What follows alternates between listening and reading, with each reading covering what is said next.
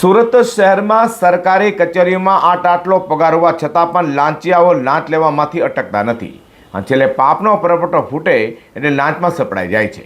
ત્યારે સુરત જિલ્લા પંચાયત કચેરીમાં ક્લાર્ક તરીકે કામ કરનાર રૂપલબેન નામની મહિલા 30,000ની લાંચની માગણી કરી હતી.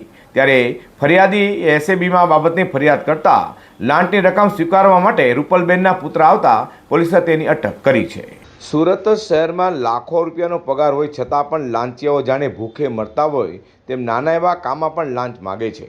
તે સુરત જિલ્લા પંચાયતમાં સિનિયર એકાઉન્ટન્ટ ક્લાર્ક ખેતીવાડીના હોદ્દા પર કામ કરનાર રૂપલબેન પરેશકુમાર ટેલર ઉંમર વર્ષ 45, તેનો પુત્ર જીલ પરેશકુમાર ટેલર ઉંમર વર્ષ 19, 30,000 રૂપિયાની લાંચ લેતા રંગે હાથે ઝડપાઈ જવા પામ્યો છે.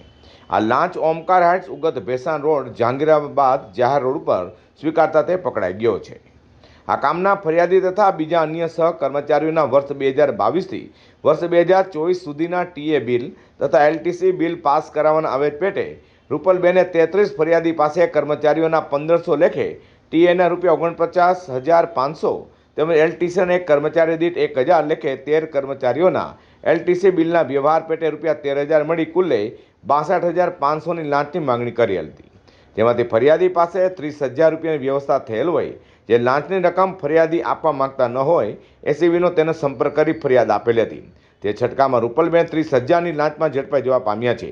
નવાઈની વાત એ છે કે એ પોતાના પુત્ર 19 વર્ષીય જીલને આ લાંચ લેવા માટે ઓમકાર હાઇટ્સ ઉગત ભેસાણ રોડ જહાંગીરાબાદ જાહેર રોડ ઉપર મોકલ્યો હતો અને લાંચ લેતા તેના મમ્મી વતી તે પકડાઈ જવા પામ્યો છે, જેના કારણે સુરત જિલ્લા પંચાયતમાં આજે સનસનાટી મચી જવા પામી છે.